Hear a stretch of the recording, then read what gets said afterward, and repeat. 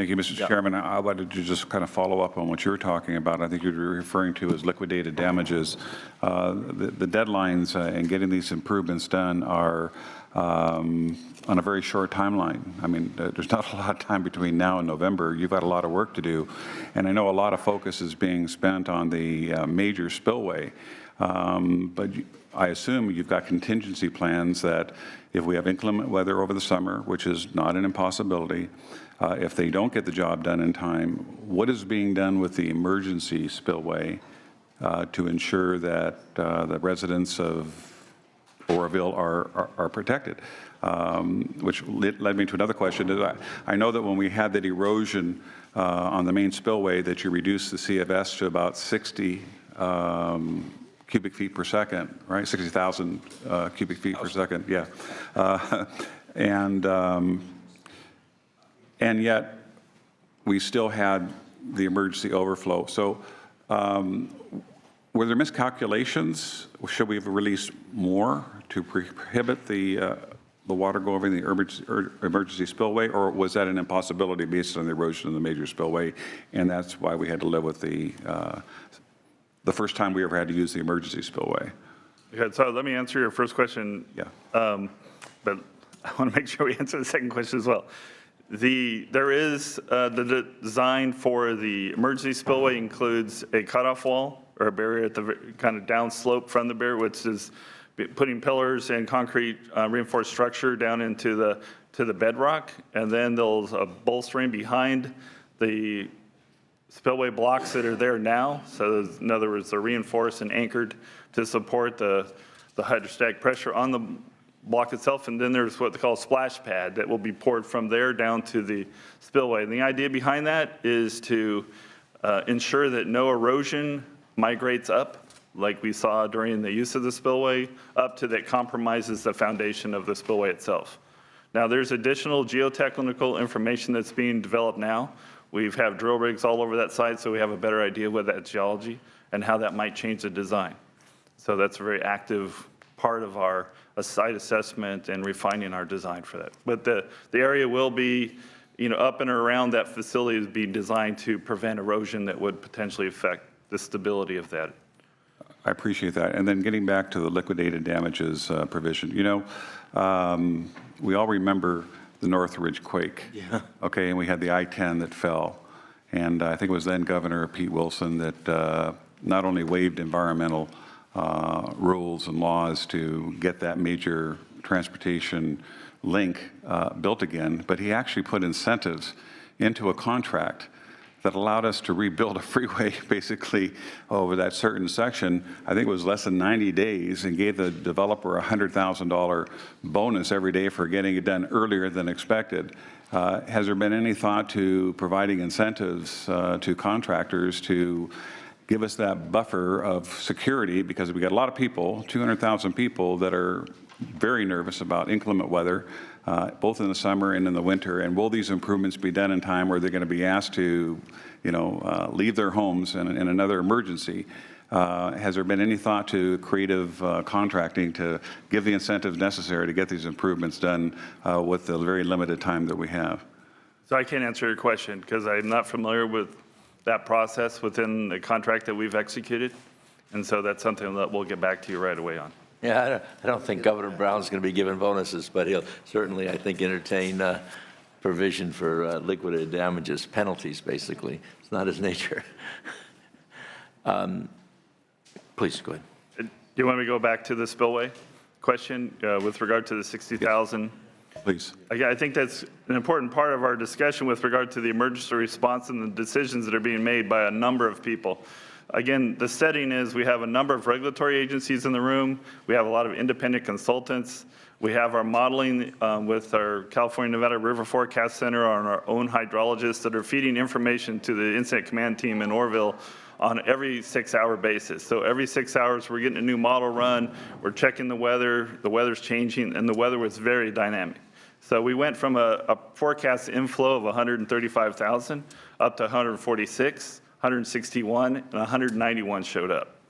Okay, so over a period of 4 hours, so what we saw was not what was forecast. So we were running at 60,000, which was making people uncomfortable because running at that high, the concern was we're continuing to eat concrete off the back of that spillway. So we didn't want to push more water over the spillway. And so with this new weather coming in and the stage on the reservoir increasing, the concern was, do we put more water down the spillway, risking the spillway itself to the point where we would have to go to that no-go spill or take water over the spillway? Again, we did not want to take water over the spillway. That was not by design. The idea was to push back. And then so the decision was when it was happening, again, we have monitors reassessing the broken spillway to see, are we degrading at 60,000 CFS? Can we risk it and push more water? And so the point was, when we saw that we were taking water over the spillway and noticed that this erosion was occurring, which was not expected, then the decision was that we have to stop the discharge at all costs, knowing we may risk that spillway. So we went to 100,000 CFS. So we lost some more spillway. We lost about 40 to 60 feet of concrete off the that migrated up the hill. But since then, again, it's remained stable. To kind of jump to, I think, another question that you asked was, what happens if we don't get this done next year? I kind of want to say what we're doing right now, we could do next year.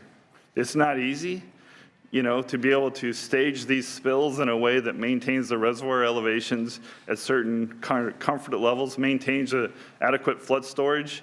There's things that we are doing right now today to reinforce that canyon that you see if looking up the stream on the right side. We're doing things today to reinforce that if a contingency had to happen where we had to continue to use that canyon, we could do that next year just like we're doing that right now. That's certainly not our intent. There's a whole number of steps, like filling in the plunge pool that we have now, reinforcing some of the rock and making that channel a little bit smoother to take material down. So if we did nothing, we believe we can manage the flood flows next year, assuming we don't have some catastrophic event. Again, that goes back to reservoir operations, where we start the flood season, how much water we have in it, operation of Hyatt Powerhouse. There's a whole number of things that we're doing to make sure that we do reduce the risk to the community all the way down through the system, so that if something does happen, we have a labor strike, you don't have the materials that you need, we can't complete the construction project. All along the way, we're doing these contingency plans to make sure that we can operate that facility. In worst case scenario, it would be just like we're doing today.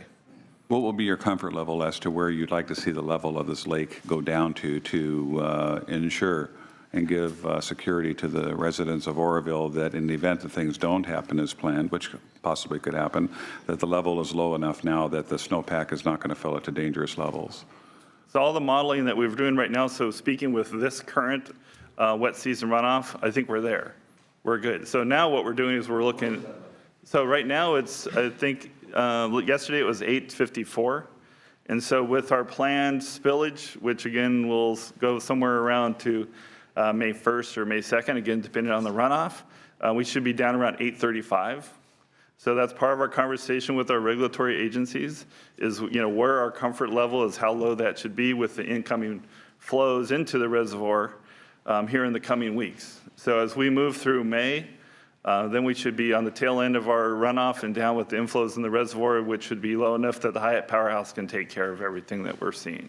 That allows us to start the construction and dive into that upper chute and start making those modifications and replacement of the sections that we can. I'm sure you all remember in 1993 that Temecula had a flooding disaster. The Murrieta Creek overflowed into our Old Town area, became a national disaster. We got FEMA funds. The reason why we had that flooding disaster is because of all the growth that happened in the channels that we were not allowed by law to go in and replace until after, of course, we had the disaster and tens of millions of dollars in damage. We had to get permission from the Army Corps to go into the channels with tractors that had rubber tires on them, so we didn't disturb the habitat, to get rid of the debris.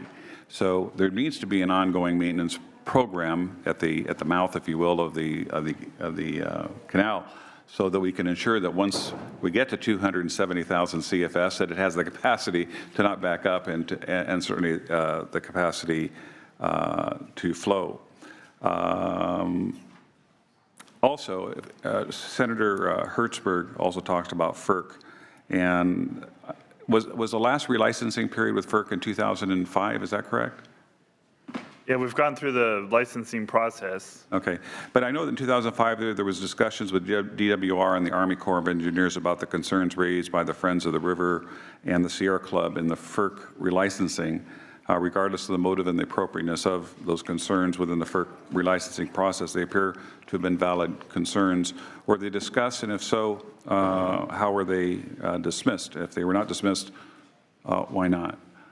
I can't speak to the conversation back in 2005, Yeah. but we can provide all that detail to you. If we have any historical perspective, because when we get recommendations like that that could maybe have prevented some of these issues, we should probably hear about them. And then also Senator Hertzberg brought up a very good idea. You know, in local governments, we have what's called a 5-year capital improvement plan. Obviously, the state has infrastructure that is beyond 5 years in life, 50 years, 100 years. He talks about prioritizing the infrastructure of our dams. Maybe we should have a 100-year capital improvement plan in the state of California to understand what the real life of these infrastructure amenities are, and to have some type of a phased-in budget, if you will, over time. Obviously, we can't go out too far, but at least identify where the trouble spots are going to be in the future. And then lastly, I just want to thank Secretary Laird for being in close contact with our office, being a tremendous secretary in the weight and gravity of this disaster, and taking the legislators to view the progress that's being made, and keeping the lines of communication open with us. I greatly appreciate that, sir.